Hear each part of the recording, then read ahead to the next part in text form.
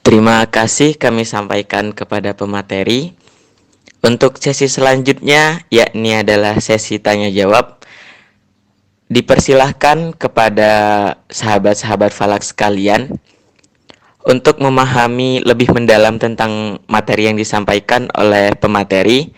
Dan jika masih ada pertanyaan yang masih mengganjal di otak, silahkan untuk chat pribadi kepada moderator dengan format yang telah ditentukan di atas. Dan jangan lupa menggunakan voice note.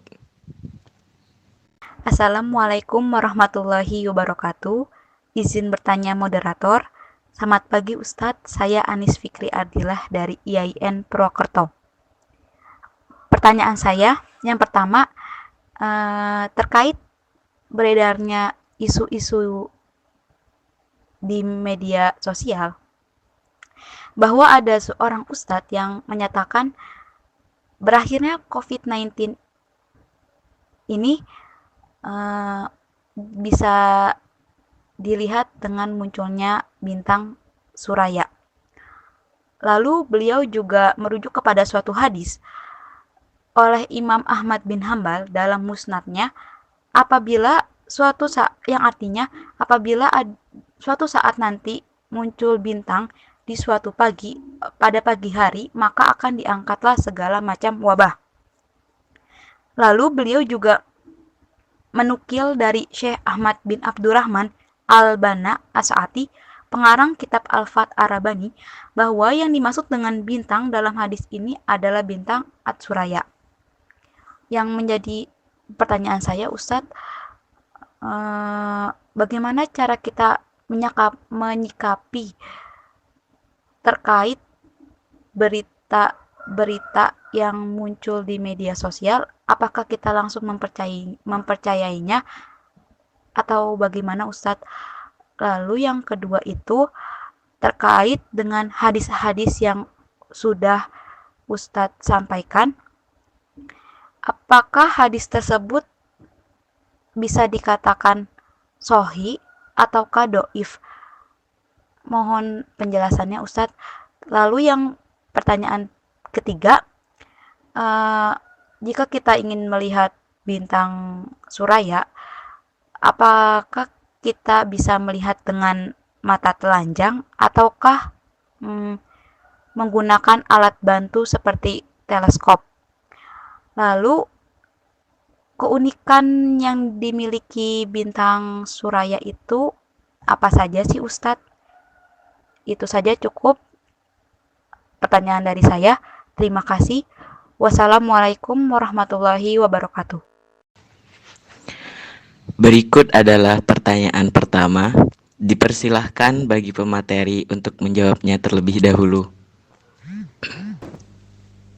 Ya, terima kasih. Saya tanggapi dulu pertanyaan pertama. Ternyata ada yang dari IAIN Purwokerto juga ya. Wah, ini panitia cukup berhasil ini untuk mengadakan diskusi online ini. Sudah lintas perguruan tinggi. Gini, terkait tadi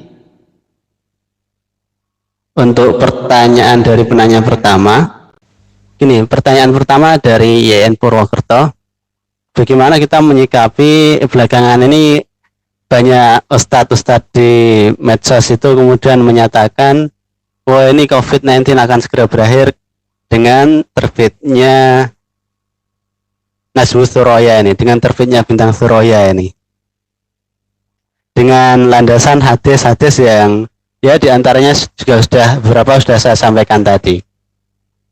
Gini, pertama seperti ini yang perlu kita pahami betul dan perlu kita yakini bersama bahwa hadis itu ya hadis yang qat'iyul wurud dan qat'iyud dilalah, ya kebenarannya ya qat'i gitu. Hadis yang qat'iyul wurud dan qat'iyud dilalah, kebenarannya qat'i. Tapi kalau dilalahnya dhonni, maka kebenarannya juga dhonni. Paham ya?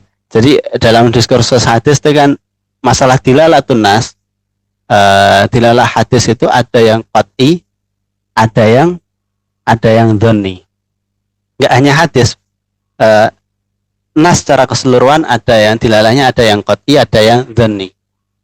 Seperti Al-Quran, dilalahnya ada yang qat'i juga ada yang dhonni. Contohnya yang qat'i tentang pembagian waris. Walakum nisfu ma taraka azwajukum illam yakul lahunna walad, gitu kan. Bagimu nisfu ma taraka azwajukum, setengah bagian dari suamimu, setengah bagian dari istrimu kalau tidak punya anak. Artinya kalau sampean ditinggal meninggal istrinya sampean, istrinya sampean punya harta kekayaan yang cukup melimpah, sampean nggak punya anak, bagiannya sampean setengah. Ini qat'iyud dilalah, nggak usah diotak-atik. Oh, kok bisa setengah, sepertiga aja atau seperempat? Nggak bisa. Setengah ya setengah. Ini qat'iyud dilalah. Tapi ada juga yang dhanniyud dilalah, dilalahnya dhanni. Karena dilalahnya dhanni, maka membuka kemungkinan terjadi perbedaan penafsiran atau terjadi perbedaan pemahaman dalam memahami nas itu. Contoh sederhana, dan ini yang sering saya sampaikan, tentang membasuh sebagian rambut itu. Idza qumtum ila sholati fasilu wujuhakum wa aydiyakum ilal marafiqi wamsahu bi ru'usikum wa arjulakum ilal ka'bain. Kalau kalian hendak melaksanakan sholat, fasilu wujuhakum, basuhlah wajah kalian, wamsahu fasilu wujuhakum wa aydiyakum ilal marafiq, kemudian tangan kalian sampai siku, wamsahu bi ru'usikum, kemudian usap kepala kalian. Wamsahu bi ru'usikum. Baknya itu bak ziyadah atau bak litab'id. Baknya itu bak ziyadah atau bak litab'id. Nah, ini ulama beda pendapat karena ini dhanniyud dilalah gitu. Ada ulama yang mengatakan baknya itu bak litab'id, di antaranya Imam Syafi'i. Wamsahu bi ru'usikum ay wamsahu ba'da ru'usikum, usaplah sebagian kepala kalian. Maka kemudian dalam mazhab Syafi'i, kalau kita wudhu yang wajib ya cuma setengah kepala kita saja, sebagian rambutnya saja gitu kan, nggak harus keseluruhan. Tapi ada juga ulama yang mengatakan baknya bukan bak li ziyadah, baknya bukan bak li tab'id, tapi li ziyadah gitu. Li ziyadah artinya apa? Untuk tambahan gitu. Baknya untuk tambahan saja. Jadi wamsahu bi ru'usikum ay imsahu ru'usakum gitu. Usaplah kepala kalian. Ini yang kemudian dipegang Imam Malik. Maka dalam mazhab Maliki, kalau kalian wudhu pakai mazhab Maliki, ya yang diusap semua kepala, rambut, semua rambut, tidak sebagiannya gitu. Karena pemahaman Imam Malik, wamsahu bi ru'usikum itu baknya bak ziyadah. Ini kenapa? Karena nas tadi punya sifat dhanniyud dilalah. Tadi yang satu ada qat'iyud dilalah, yang satu ini dhanniyud dilalah. Kemudian berikutnya, ini di antara uniqueness dan keunggulan bahasa Arab ya. Lafadz yang kemasukan al itu apakah berlaku untuk umum ataukah berlaku untuk khusus?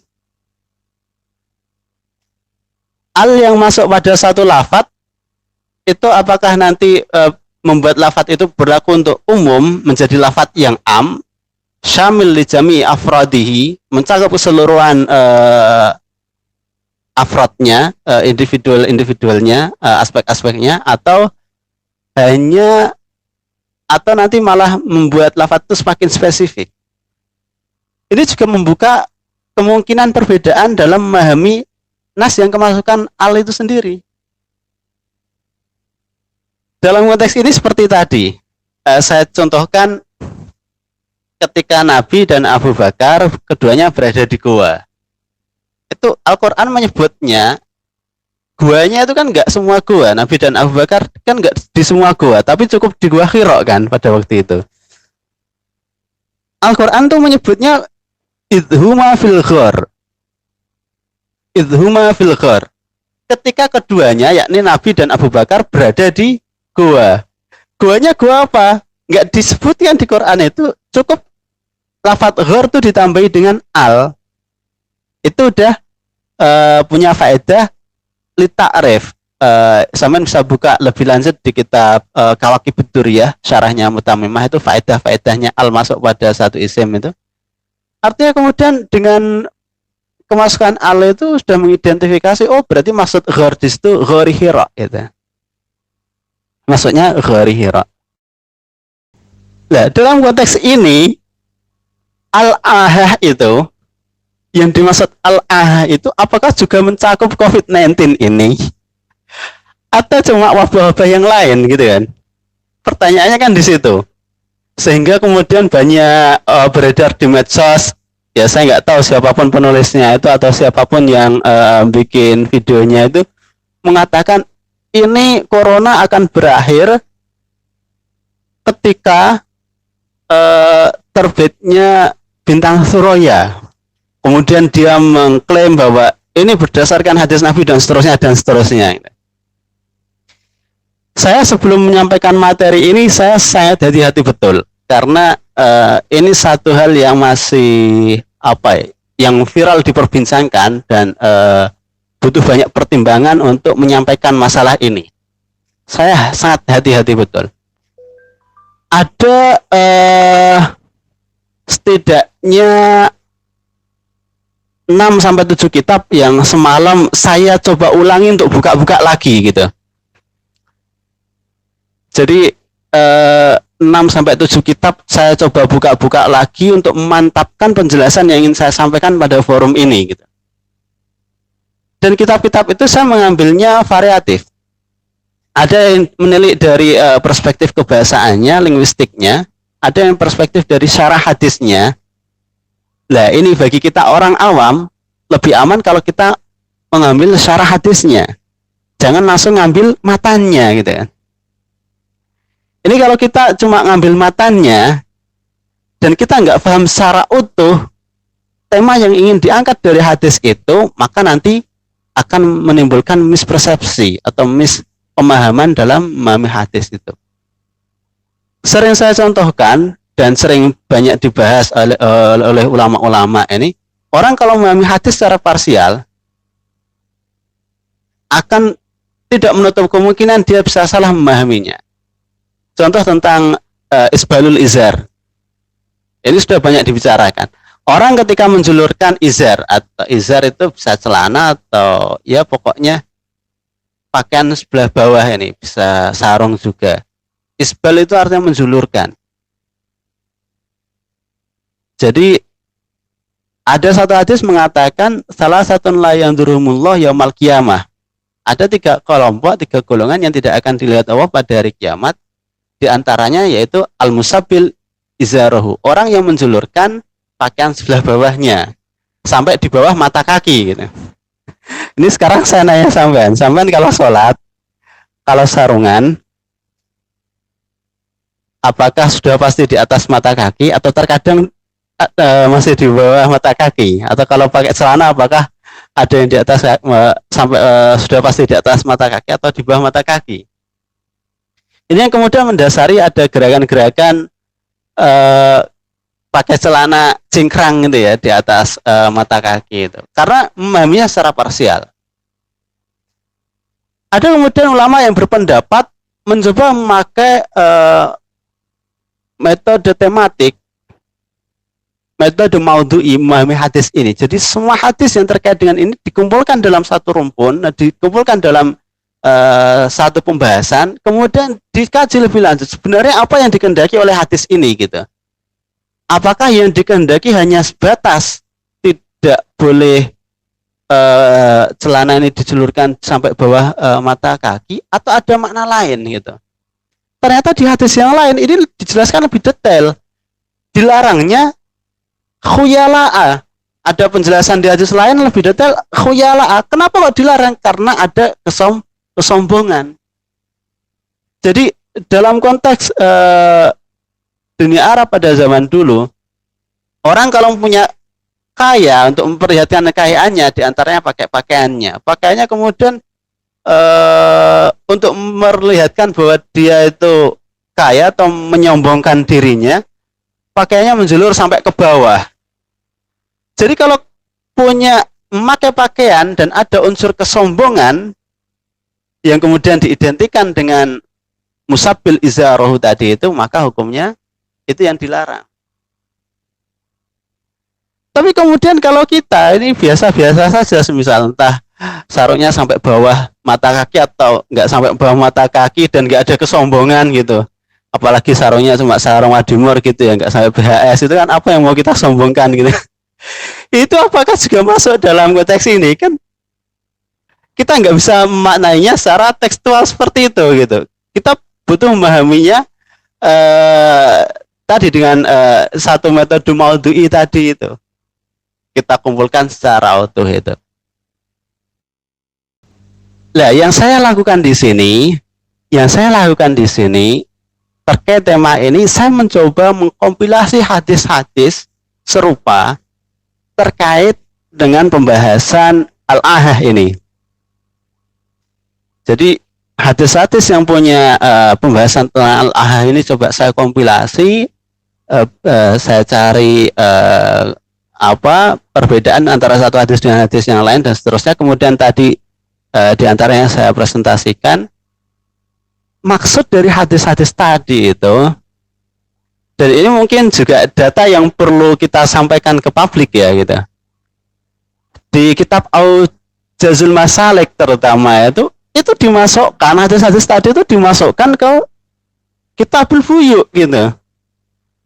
Dimasukkan ke Kitabul Buyu, penjelasan tentang jual beli gitu.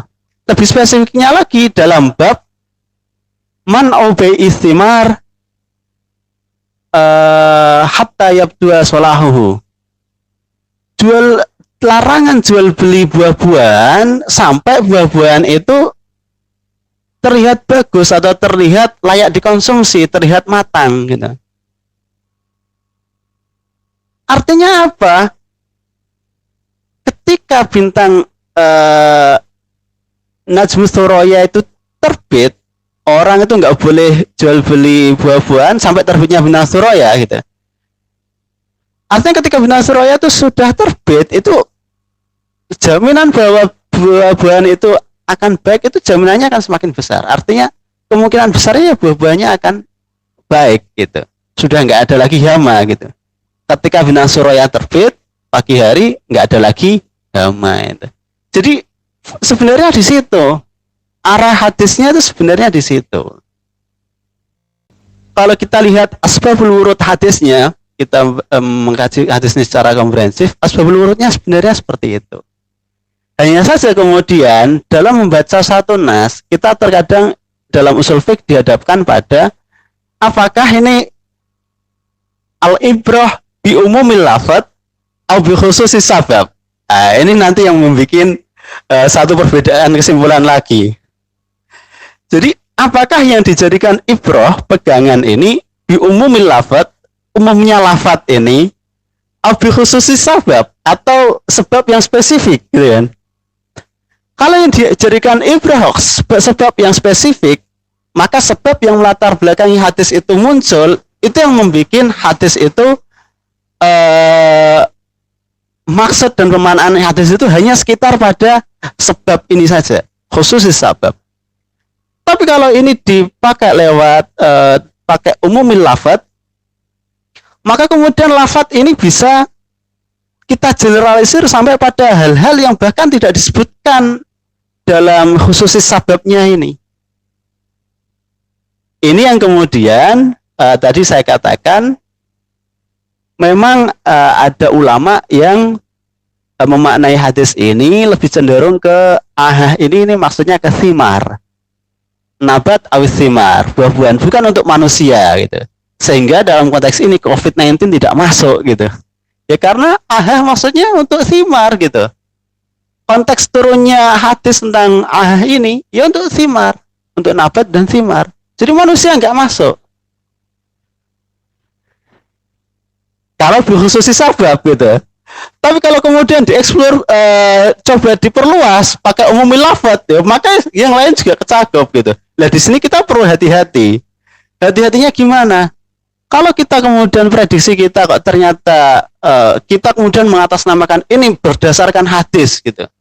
Padahal belum tentu yang dimaksud hadis itu seperti apa yang kita maksud gitu.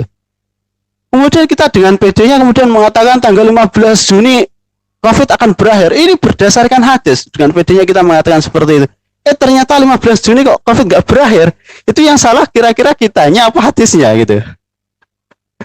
Maka kita jangan terlalu pede kemudian mengatakan ini berdasarkan hadis itu. Mungkin saja itu ini berdasarkan pemahaman kita terhadap hadis gitu.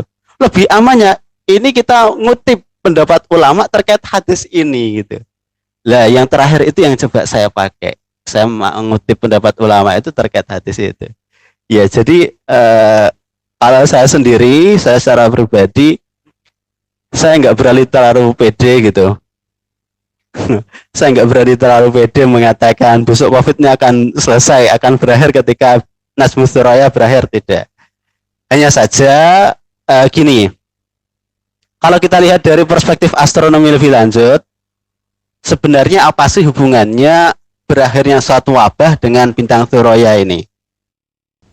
Apa hubungannya berakhirnya suatu wabah ini dengan kenampakan bintang Tsaraya? Logika yang perlu kita pahami itu seperti ini. Dan ini bukan ilmu astrologi ya, ini bukan ilmu ramal ya. Ini cukup logis sebenarnya. Nanti nggak perlu diterus-teruskan. Kalau semisal saya lahirnya bertepatan dengan terbitnya bintang Surya, kira-kira karir saya seperti apa tuh nggak perlu terus-teruskan seperti itu. Ini cukup logis. Kenapa kemudian berakhirnya wabah itu dikorelasikan dengan terbitnya bintang Surya? Karena gini, kalau kita kaji lebih lanjut tentang musim, berakhirnya musim dan memulainya satu musim yang baru itu biasanya ditandai dengan tanda alam. Kita biasanya memakai pergerakan matahari ya, pergerakan matahari seperti di Durusul Falakiyah itu nanti juga dijelaskan. Kalau matahari di sini sampai sini maka musimnya ini. Gitu. Nah ini kita pakai bintang Surya itu gini, korelasinya seperti ini. Ketika bintang Surya itu muncul pada waktu itu biasanya sudah mulai musim panas. Apa hubungannya musim panas dengan wabah? Ketika sudah musimnya musim panas, suhunya sudah panas, itu biasanya virus-virus sudah biasanya aglabnya gitu. Itu sudah bisa berkurang atau sudah mati, sehingga kalau dikorelasikan, kalau ini memang dari pengamat virus COVID yang lain, dari tenaga medis dan seterusnya memang mengatakan kalau musim panas virusnya bisa berkurang gitu. Lah tanda musim panas, maksudnya musim panas itu apa? Ya diantaranya terbitnya bintang Surya itu. Ini jadi seperti itu. Sekali lagi yang saya sampaikan ini mempertimbangkan beberapa literatur kitab yang tadi sudah saya cantumkan itu di PowerPoint. Jadi kalaupun ada pendapat lain, saya sendiri bagi saya lebih aman kalau kita memakai pendapat muhaddis atau syarihul hadis dari hadis itu. Karena dia mensyarahi hadis dengan qadhiyah-qadhiyah yang lain yang mendukung pendapatnya itu. Tentang ini maksud dari ahah itu lebih identik pada tumbuh-tumbuhan dibandingkan identik dengan penyakit yang menyerang manusia, sehingga kalau untuk diarahkan ke COVID-19 menurut pendapat ini yang lebih kuat sebenarnya kurang tepat, karena ahah ini lebih masuk ke konteks tumbuhan atau buah-buahan, tidak untuk masuk ke manusia. Dan sekali lagi kalau kemudian itu dipakai untuk prediksi COVID-19, sebisa mungkin jangan membawa-bawa nama hadis ini gitu kan. Bilang saja kalau itu pandangan pribadi, karena sungguh membahayakan kalau semisal atas nama hadis, atas nama ini yang disampaikan oleh Rasul, ternyata prediksinya kok salah, ini kan bahaya juga gitu kan. Apa kemudian hadisnya yang salah? Kan enggak, padahal orangnya yang salah memahami hadis, kan seperti itu. Kemudian berikutnya, kualitas hadis yang saya sampaikan tadi apa? Jadi saya sebelumnya mengkompilasi banyak hadis, mulai dari hadis yang ada di kitab Muwatta itu yang kemudian disarai di Al-Jazul Masalik, kemudian ada kitab Jam'ul Fawaid, Kemudian ada Al-Hidayah fi Tahrij Ahaditsil Bidayah, ada kitab Syarah Muskilul Athar, ada Ma'alimut Tanzil, itu tafsir kalau itu. Dan di kitab-kitab itu di bawahnya banyak dikasih taklek tentang kualitas hadisnya. Secara keseluruhan, hadis yang saya temui ada yang kualitasnya sahih, ada yang hasan li ghairihi, dan ada yang dhaif. Memang ada yang dhaif, hanya saja yang sahih juga banyak. Terkait tema ini yang menjurus ke pembahasan kita tadi, sehingga dalam hal ini kita bisa memakai hujjah hadis itu. Kemudian pertanyaan berikutnya, bisa nggak kita amati bintang suraya ini dengan kasat mata? Bisa, bisa. Kalau mau mengamati silahkan mulai tanggal 15 Juni di ufuk sebelah timur, kurang lebih dari titik timur agak serong ke utara dikit. Karena tadi saya lihat, kalau kita lihat ini kan nilai azimutnya 65 derajat. Ya, 65 derajat. Dari titik timur geser ke utara kurang lebih 25 derajat, yaitu nanti kita akan mendapatkan titik di mana ada bintang suraya. Kita bisa melihatnya dengan kasat mata. Sebenarnya bintang suraya ini gugusan dari banyak bintang, hanya saja yang kasat mata yang biasa terlihat itu ada 7. Terkadang ada 2 lagi yang bisa tampak dilihat. Itu ya untuk penanya pertama dari IAIN Purwokerto.